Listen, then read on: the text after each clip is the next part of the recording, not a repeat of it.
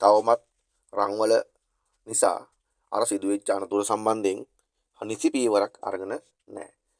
පොලිසියේ ඉන්න නිලධාරියා හරි වෙලාවට හරි ක්‍රියාමාර්ගය ගත්තේ නැහැයි කියන එක මත ඔහුට චෝදනා එල්ල කරනවා මිසක් ඒ කියන්නේ අර පහළ තනින් වතුර බහිනා වගේ ඔහුට ක්‍රියාමාර්ගයක් ගන්නවා හදනවා මිසක් මේ නැතුව රංවලගේ වැරද්දක් නිසා රංවල අත්අඩංගුවට ගැනීමක් සිදු කරලා උසාවි දාලා ඒ පරීක්ෂණ කරනවා කියලා අපිට පේන්නේ නැහැ.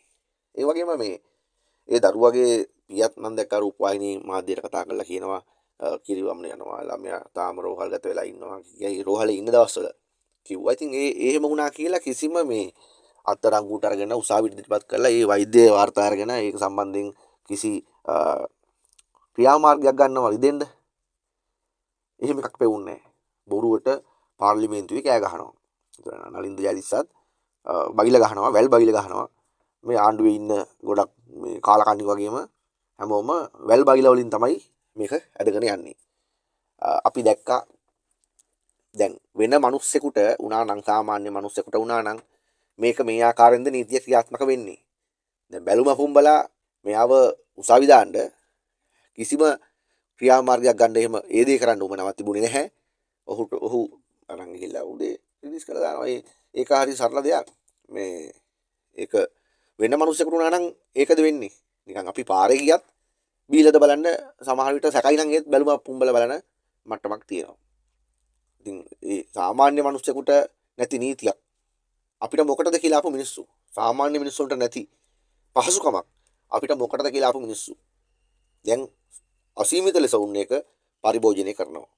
ඒක නිසා මේ හැදෙන්න ඕන දේවල් කියලා ආවට 76 වසරක සාපයත් මේකම තමයි.